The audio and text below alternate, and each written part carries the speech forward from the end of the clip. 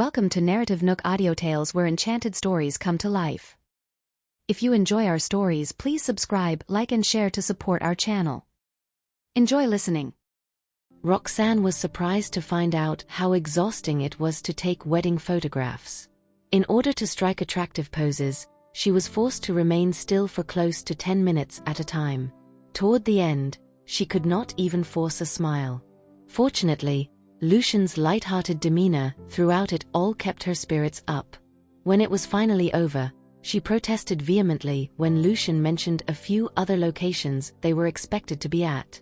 "Mr. Farwell, Miss Jarvis, with your looks and usual attire, any location would make a great backdrop for your wedding photos." The photographer, a young woman, could not help but marvel at the stunning couple before her. They were undoubtedly the most beautiful pair she had ever photographed. There was almost no need for post-production retouching later on. She offered to come along during the honeymoon and take vacation photographs if Roxanne was done for the day. Roxanne agreed at once. Lucian, too, did not voice any objections. Upon returning home, the children, whom Caden had dropped off, learned their parents had just taken wedding photographs and immediately surrounded them and asked to see the pictures. "Mommy, you must be the most beautiful bride in the world in the wedding dress." "Oh, where are the photos, Daddy? We want to see them." "Wow. Daddy is pretty handsome, but Mommy is better looking. She's more beautiful than a movie star." The children's flattery was worth the pain of the entire day. Lucian and Roxanne exchanged a glance and a knowing smile. The children were still chattering away when the family sat down for dinner, asking when the wedding would take place and where the honeymoon would be. They even asked if they would be getting a younger sibling. The couple could only lament the fact that the children were growing up too quickly. Suddenly, a car entered the porch. Since the butler granted it entry, they assumed it was somebody they knew. Electra's appearance during dinner took them by surprise. One usually does not visit others during their meal unless it is urgent. It's basic courtesy. However, Electra could not hold it in any longer. She had seen the photograph of the couple's marriage certificate on Lucian's Instagram and how intimate they were in their picture. She panicked and even despaired. God did not even give her a chance. Feeling utterly helpless, she was desperate to do something to alleviate the pain in her heart. Christina had been scornful. So what if they got married again? They got divorced once before, didn't they? How can you be certain that he won't leave Roxanne again? Of course, your only other chance will only come from me. Clutching at Christina's plan as though it was her lifeline, Electra agreed to carry out the next phase. Unable to contain her panic, she drove to the Farwell residence during dinner. She was not there to see Lucian. Instead, she wanted to clear her mind. Pestering Lucian would only arouse Roxanne's suspicions, and at the same time, drive Lucian further away from her. "Lucian, Roxanne, congratulations on registering your marriage today." Suppressing her emotions as she crossed the threshold, Electra dutifully played the part of a friend and gave them her blessing. Roxanne and Lucian waved her over, and the children called her to join them for dinner. Electra declined tactfully. "I had a late lunch today. I've been coming up with a business plan of late, so my meals have been irregular. By the way, Roxanne, I have something to discuss with you." Having thought she had come for Lucian, Roxanne was caught off guard.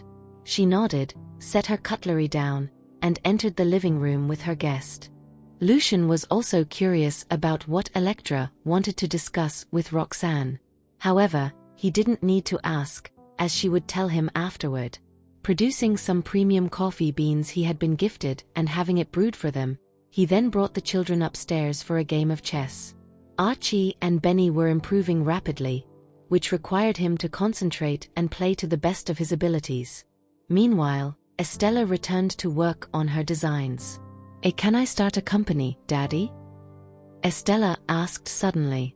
"I want to bring my designs of children's apparel to life and see if people like them." Lucian waved his hand, signifying his approval.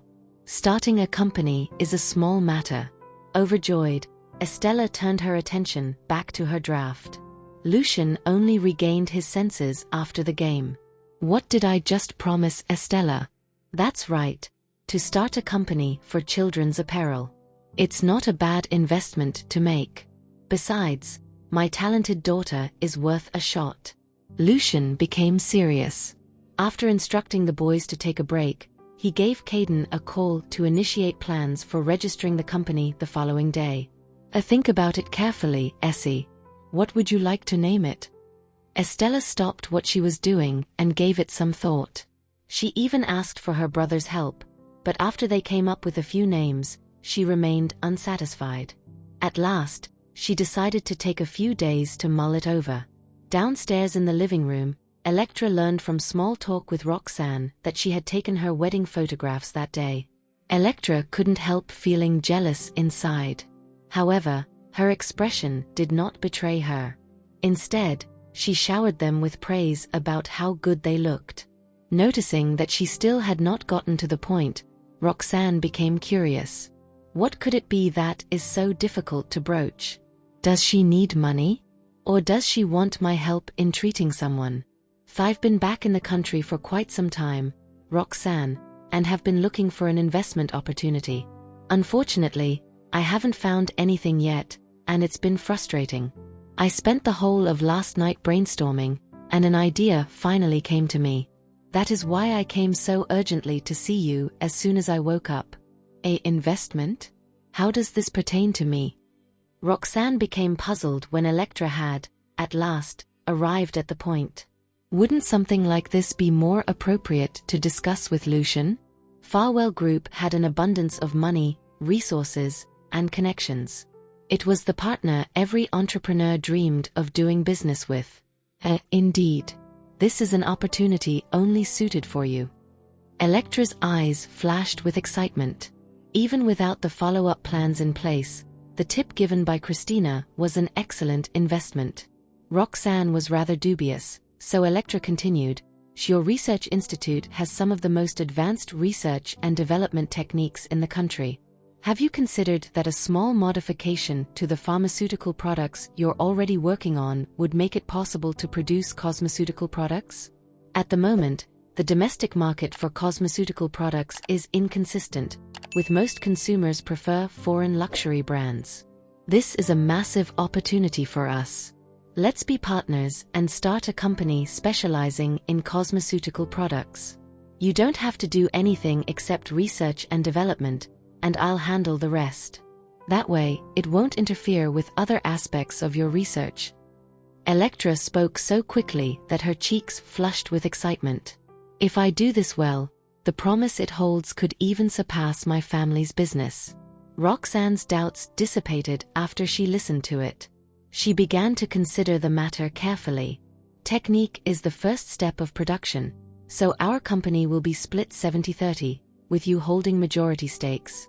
You shall hold the position of CEO while I'll be the executive general manager. The company will be registered under your name. That is the best offer I can come up with as a gesture of sincerity. Electra came to Roxanne with the mindset of an entrepreneur pitching her idea. She had even done her homework and could provide in-depth explanations pertaining to market analysis, product pricing, and brand building. What she displayed was a fervent passion for the product. To her, the best person to go into business with was Roxanne. Roxanne's research institute could uncover the composition of herbal compounds, which was the aspect their fellow countrymen trusted the most. She even knew that Roxanne had developed a drug for endocrine regulation, which also happened to have a convenient side effect of reducing acne. At last, after careful consideration, Roxanne deemed the investment feasible. I must conduct a meeting with my colleagues at the Research Institute about this investment opportunity. Forgive me for not being able to agree immediately. Roxanne could have made that decision on her own, but she just came up with a pretext.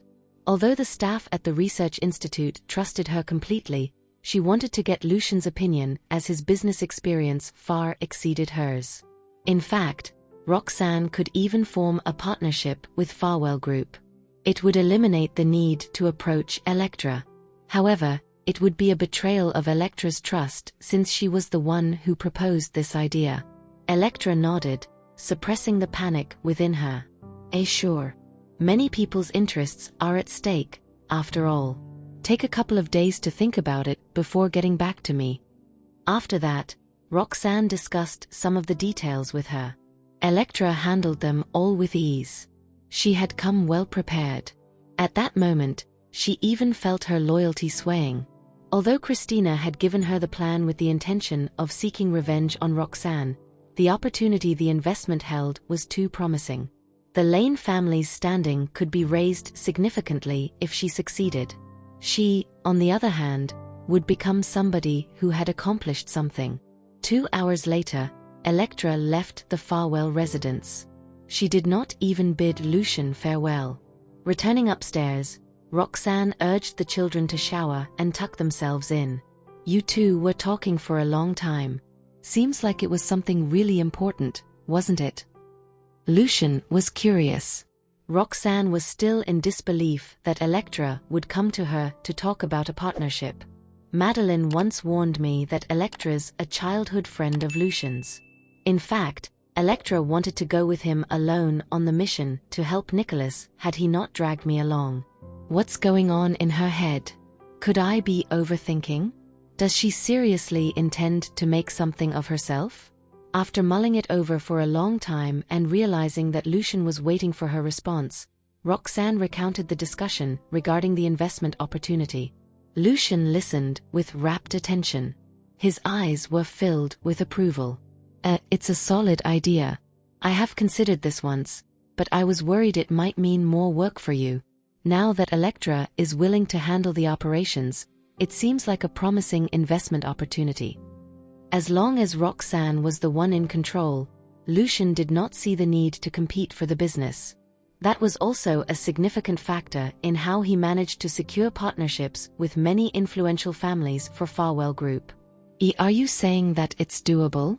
Just as well. I have priced the products very low, so the research institute's profit margin is quite poor. I've always felt bad about not being able to offer better perks to the R&D staff. But with cosmeceutical products, we have a chance to make a difference. If we can build a brand and capture some of the market shares from the luxury Epian brands, we could set up more factories domestically and create more jobs.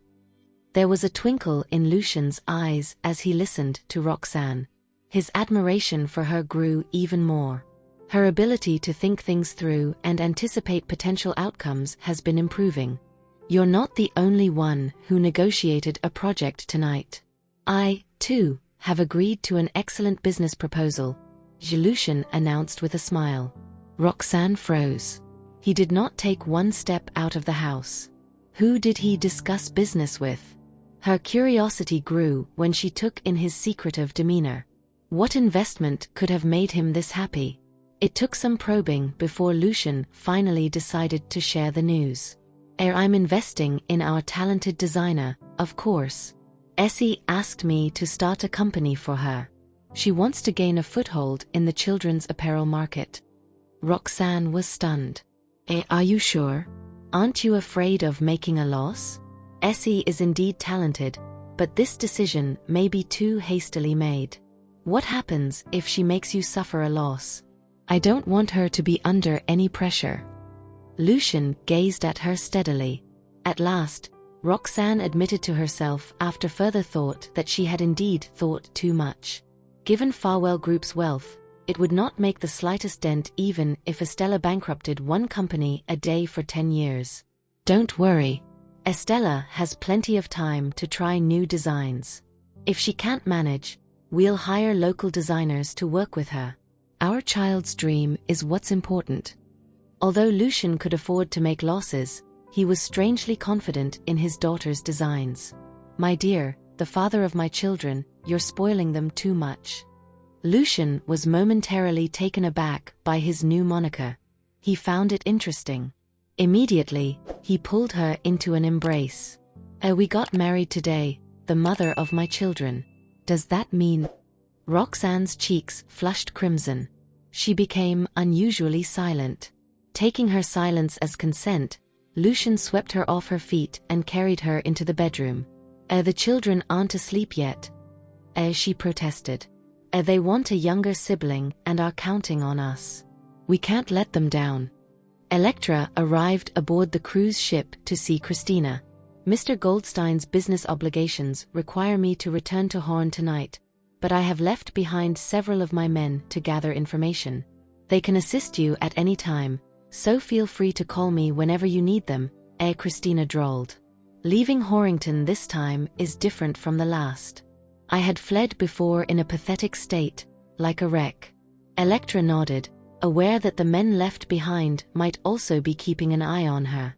The fragility of their alliance was apparent to both of them, even without words. I'm guessing that Roxanne will most likely agree. Gain her trust at the start by keeping your head down and doing things well. Do them so well that even Lucian doesn't suspect a thing. Later on, we strike. Christina detected Electra's hesitance with her sharp eyes. This woman's resolve is not strong enough because she lacks hatred. I need to fan the flames. I think you know very well what happened to the Pearson family. Since they have announced their marriage, their relationship with the Lane family will only weaken. Your family will lose all hope if you don't fight for it. Electra nodded. Although she did not like the woman very much, she was forced to admit that she was right. The partnership with Roxanne must be done well, whichever way I look at it. I got it. We'll stick to the plan, Electra replied firmly. The sudden appearance of a weight on her heart made her realize that it was too late to turn back now. Her visits to Christina had been captured on film to be used as leverage against her. Sonia made a beeline for the mansion as soon as morning arrived. The children were already awake and were impatiently waiting for their grandmother to come bearing delicious gifts. Sonia had started by tracking down local delicacies and buying them for the children. However, possibly because she was displeased at the lack of authenticity, she decided to make them herself. That morning, she brought them some osmanthus cake. Roxanne woke up to find her body feeling as if it had rattled apart from the torture she had been put through. She even wondered if Lucian had snuck a pill to deliver his exceptionally fearsome performance. While he slept, she quickly tiptoed to get dressed, then headed down the stairs to greet Sonia. "You're here early, Mom," she greeted, stunning Sonia for several seconds. Arriving down the stairs, Roxanne saw the children already in the kitchen, having the time of their lives sampling delicacies. Sonia walked over, carrying another portion plainly meant for Roxanne. After she regained her composure, she smiled brightly and said, Come, try these cakes I made." Roxanne nodded. This change in greeting feels natural. That was how she had greeted Sonia in the past before it became Mrs. Farwell. Now that she was married, Roxanne no longer felt the need to be shy. As soon as Sonia set the pastries down, she hurried out to her car and returned with a large but flat-looking purse. This is for you, Roxanne. A wedding gift from me. Inside you'll find a bank card and a title deed. There isn't much money on the card, but it's a lucky number. The deed, on the other hand, is for a beachside mansion that caught my eye when I saw it with a friend recently. You can bring the children over for a vacation in the future. Roxanne was stunned.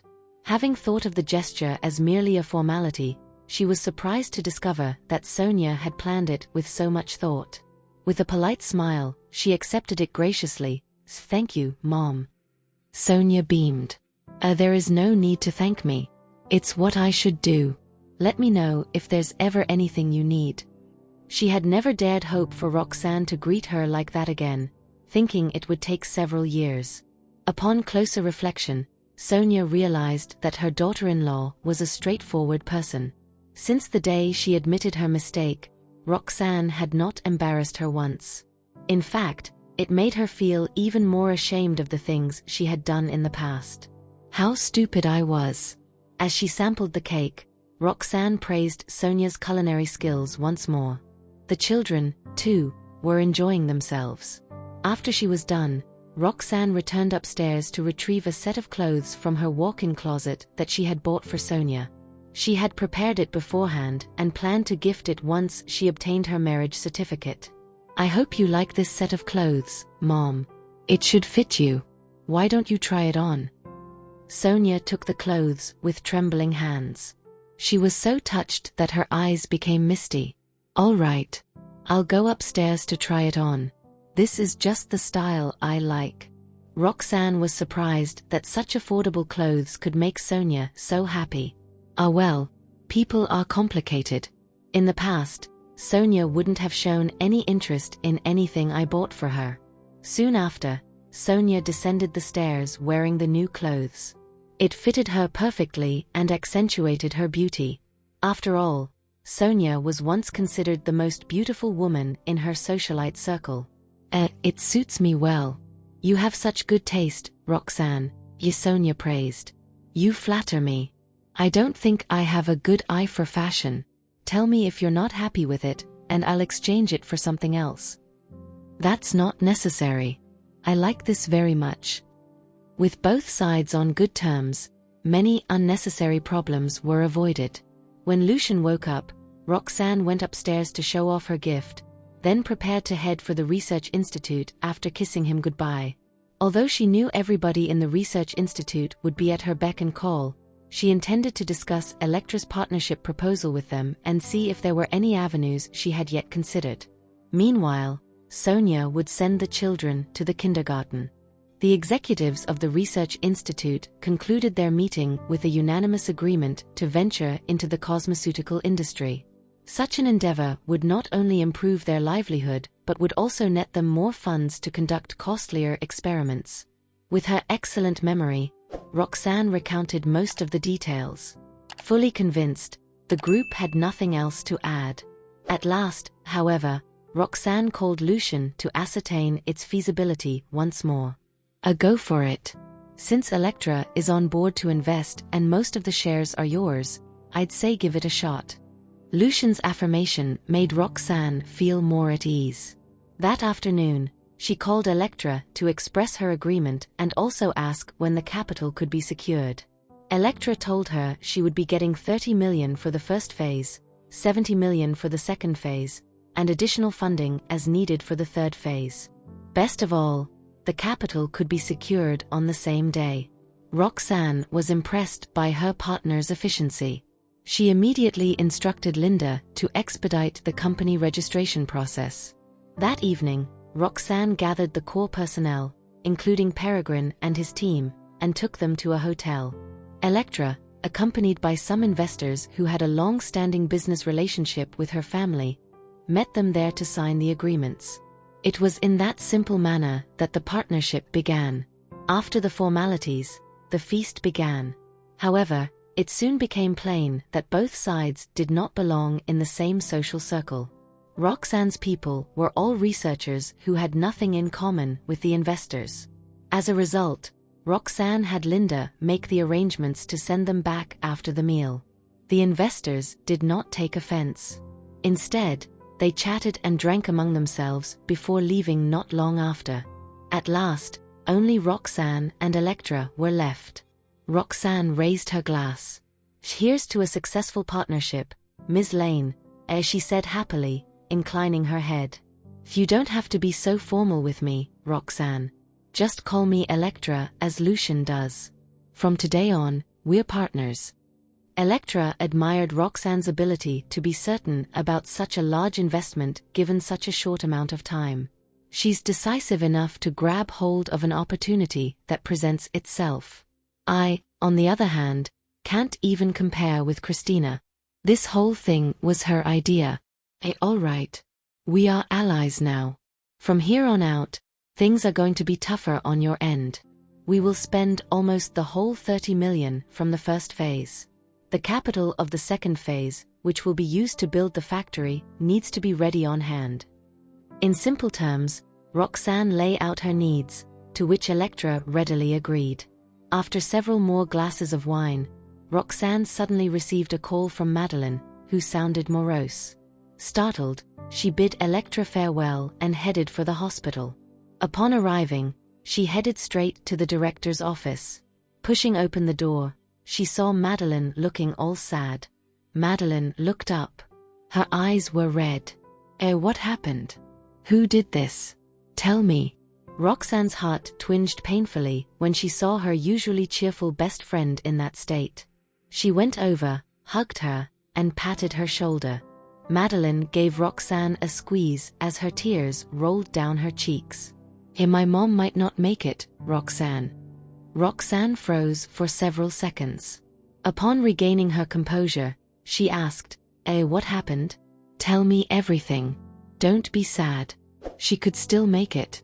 Madeline seemed even more dejected after seeing Roxanne panic. I'm a doctor too, Roxanne. I can tell that she might not survive her heart attack. Throughout the years, Madeline had rarely talked about her family. Having known her for years, Roxanne had never probed because she could tell that her friend did not wish to discuss it. The only things Roxanne knew were that Madeline's family lived in the Northwest and that she was in constant contact with her mother. Naturally, Roxanne became acquainted with Madeline's mother, Lorraine Zander, through numerous video calls. Madeline took her mother's last name. Where is Madame Zander now? Roxanne asked. Have you brought her in? I'll take a look at her first, then I want all the reports you have on her condition. Now's not the time to wallow in sadness. Lest you forget I'm a miracle worker. Madeline knew that Roxanne's medical skills had solved many impossible cases and cured many patients the hospital deemed incurable. Besides, she was learned in ancient medicine. This time, however, Madeline did not dare hold on to any hope. Based on her own years of medical experience, she could tell her mother might not make it this time. Her heart was gradually failing. Then, her other organs would break down until they were all beyond repair. Not only did she fear her disappointment worsening if she regained any hope, but she also did not want to put pressure on Roxanne. She's here, Roxanne, at our hospital. Let's go. I'll take you to her. After wiping her tears, Madeline composed herself and led Roxanne toward the inpatient department. Roxanne was shocked upon entering the ward and seeing Lorraine, who was sound asleep. How did she become so thin? Compared to the video call 2 months ago, her cheeks seemed to have shrunk, and her eyes had sunken. The skin on her exposed arms had sagged pitifully. After our last video call 2 months ago, Madeline choked out. Mom didn't want to turn on her camera anymore and insisted on sticking to voice call. I was so stupid not to have seen that she was hiding the increasing severity of her heart disease. I thought she was stable. Roxanne's heart sank when she saw how emaciated Lorraine looked. I was going to greet her and ask her how she was feeling. Given how deeply she is sleeping, she might be borderline comatose. I may not have the chance to ask her. Roxanne did not say much else. Instead, she took the patient's pulse. Lorraine's skin felt frighteningly cold. Grasping her stick-thin wrist, Roxanne felt her heart wrench with pain. Her pulse was so weak that it was almost disappearing. Roxanne's heart lurched. Indeed, she's almost gone. However, she did not voice her fears. She turned to face Madeline and said, don't worry. There's still hope. Let her get some rest. We'll head back to the office to peruse her case files. Madeline nodded. She picked up her mother's hand gently and tucked it back under the quilt. The pair returned to the office and began examining all of the reports. Roxanne perused them with rapt attention while Madeline explained how her mother had been battling a wildly fluctuating illness for years.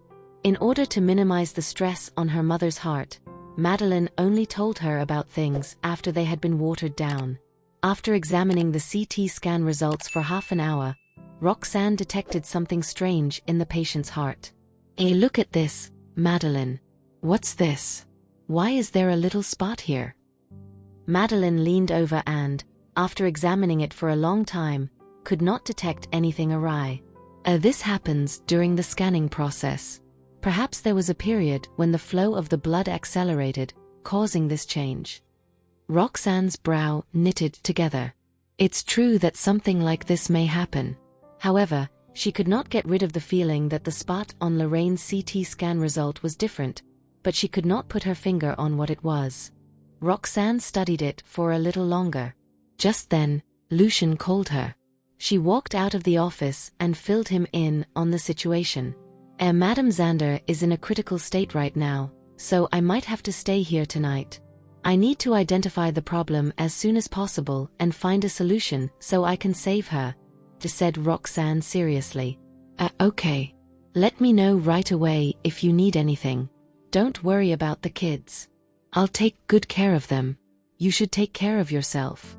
No matter what, Lucian would always give Roxanne his firm support. His words filled Roxanne with a sense of warmth, and she entered the office again with newfound vigor. Madeline had stopped looking at the papers. She was staring at a picture of her and Lorraine in her phone, her expression blank. Before Roxanne could say anything, tears began to fall again from Madeline's eyes. Roxanne, I'm so useless. I can't find any way to save my mom. I'm terrible." As Madeline blamed herself woefully, tears continued to stream down her cheeks. Soon, she began sobbing. Unable to think of any better words of comfort, Roxanne hugged Madeline tightly with misty eyes. Roxanne, my mom has suffered so much. That scumbag abandoned the two of us and neglected us. For more than 20 years. Aside from giving us money, he never visited us. I don't get why my mom is still foolishly waiting for him. There's no way he'll change his mind. He's the most disgusting man in this world. In her sorrow, Madeline began to talk about her family. Madeline grew up in a single-parent family. When Lorraine was younger, she had fallen in love with the heir of an influential family, and that man had promised to marry her. However, he was later put at a disadvantage in a fight with his brothers for inheritance, so he entered a marriage of convenience with the daughter of a prominent family to solidify his position. My mom was already pregnant with me at that time. She couldn't bear to abort me, so she bore all the responsibilities and gave birth to me. All these years, she won't even let me visit her for fear that that family would target me. In order to protect me, she always told me to stay away from her. That's why I'm in Horrington most of the time and rarely go home. Roxanne, my mom has gone through so much, so when I saw you finally getting together with Lucian, I was really emotional. Sadly, my mom isn't as fortunate as you. When Roxanne heard her best friend reveal this long-time secret, mixed emotions flooded her, and her face crumpled. Madeline's weeping slowly came to a stop as she opened up to Roxanne. Picking up a tissue, Roxanne wiped away Madeline's tears. She recomposed herself and put on a firm expression. Madeline, don't forget who we are. Now is not the time to be sad. We still have chances. Trust me. Madeline lifted her head at those words and nodded heavily. Contact all the surgeons of the hospital right now and tell them to come in for overtime. Also, I need another CT scan of Madame Xander, but make her lie on her stomach this time. I need to find out more about that mark on the back of her heart. This could be our chance. With those instructions from Roxanne, Madeline got to work immediately. Roxanne also began her preparations. She called Lucian and asked him to find cerulean needle technique from the study and have Caden bring it to the hospital as soon as possible. Late at night, a group of surgeons on full alert stood outside the operating room in one line. Although none of them complained about having to work overtime, Roxanne felt ill at ease. Not only did she announce they would get 3 times the overtime pay for that night and additional bonuses, but she also ordered lots of takeout food for them. Meanwhile, Madeline carefully set Lorraine down on her stomach and began the CT scan. In no time, she submitted the CT images to Roxanne. Lucian arrived at that moment with cerulean needle technique in his hand. Don't worry. I've asked Mom and Dad to come to our house and watch the kids. I'll stay with you tonight. You must be tired. Let me make some coffee for you. Lucian's presence gave Roxanne more confidence. She relaxed a little, and she was able to concentrate better. After making coffee, Lucian blew it for a while to cool it down. Roxanne's attention, however, was focused on the CT images. The CT images taken from the back were indeed clearer. As Roxanne had guessed, there was something wrong with that mark. It was not just an ordinary mark. Roxanne pieced the images taken from different angles together and finally identified it to be a tiny oblong. As expected, it's a tumor. Despite finding the cause of the problem, Roxanne could not cheer up.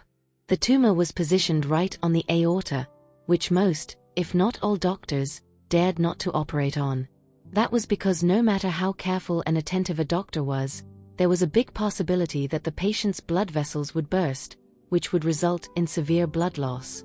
A solemn look clouded Roxanne's face.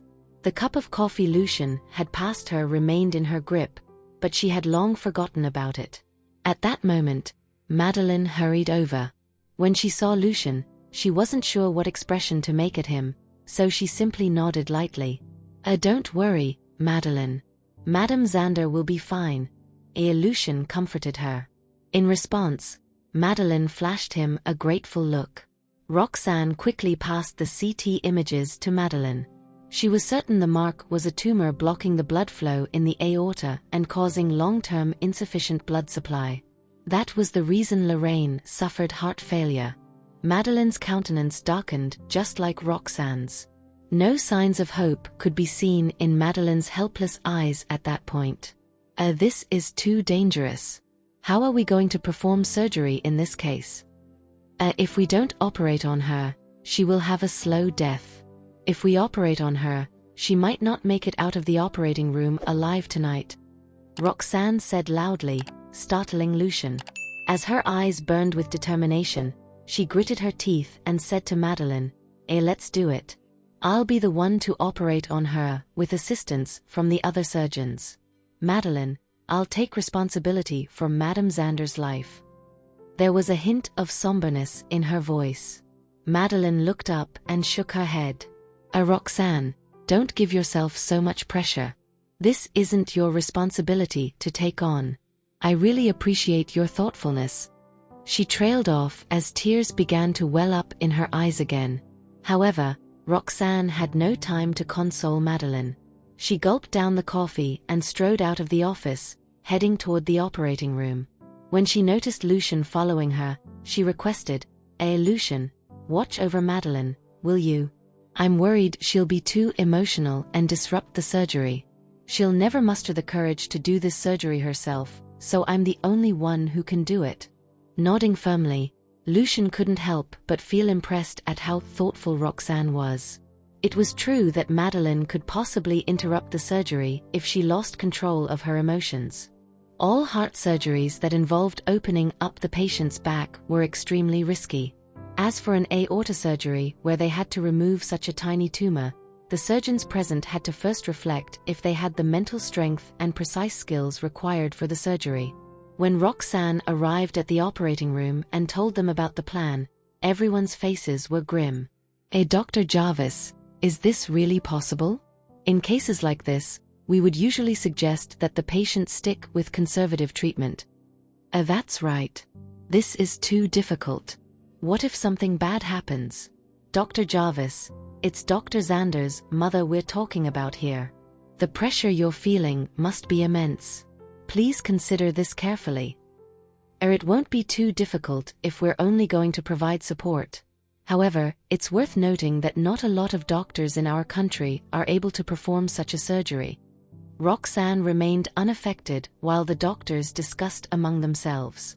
The fiery look in her eyes gradually calmed down as she found peace within herself. A clear mind and absolute concentration were essential to the surgery. Instead of refuting the doctor's doubts, she reassured them with a soft smile. Don't worry, everyone. Don't forget that I'm Dr. Jarvis, who's also proficient in ancient medicine. With that, she extended her palm to show them her needle, before quickly keeping it again. Right then, she looked just like a medical expert. Roxanne was not putting on an act. She just wanted to loosen the doctors up so they could avoid making any mistakes during the surgery. Bring the patient in for the surgery, she said to the nurse on duty. Everyone, it's time to prepare for the surgery. Don't think of anything else. Just focus on doing well. Following that order from Roxanne, the operating room began bustling with activity. All lights were turned on, and the doctors changed into their scrubs. Before entering the operating room, Roxanne took one last glance at the end of the corridor. Madeline did not come. Roxanne figured she was genuinely scared to face the reality. The surgery began. Time ticked by, and soon, 2 hours had passed.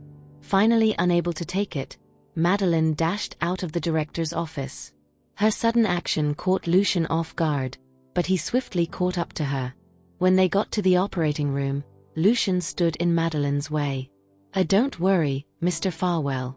I won't act so irrationally. I just want to stay closer while I wait for the good news from Roxanne. My mom will be fine, right? Madeline asked. Not knowing what to say, Lucian nodded and watched her sit down on the chair. Madeline clasped her hands together and began mumbling a prayer. One could only imagine how anxious and powerless she felt as the daughter of the woman lying on the operating table. Lucian could vaguely hear the commotion coming from the operating room. Chaos had broken out inside. Her blood vessels ruptured. We can't stop the bleeding. What do we do, Dr. Jarvis? Pass me the hemostat. She's bleeding too much. This is going to cause an infection. Roxanne's forehead was beaded with sweat even though her assistant had just wiped it for her moments ago. While everyone else in the operating room was in a state of panic, she kept her composure and hurriedly put the hemostat in place. At the same time, she picked up her needle. 20 minutes later, the doctors stared at Roxanne with their jaws dropped. She had stopped the bleeding and removed the tumor, and she was now repairing the blood vessels. As more blood started to flow into Lorraine's heart, it began beating faster and stronger. Under the mask, Roxanne's lips curled up slightly. It was only then that she felt exhaustion taking over her body. After cleaning up the blood, she asked the other doctors to finish up the final stitches. The surgery was a success. Thank you for listening. If you have enjoyed this story, please like and share so others can see it too. Also hit the subscription button and notification bell so you can be notified on our next release. Thank you for your support. God bless you.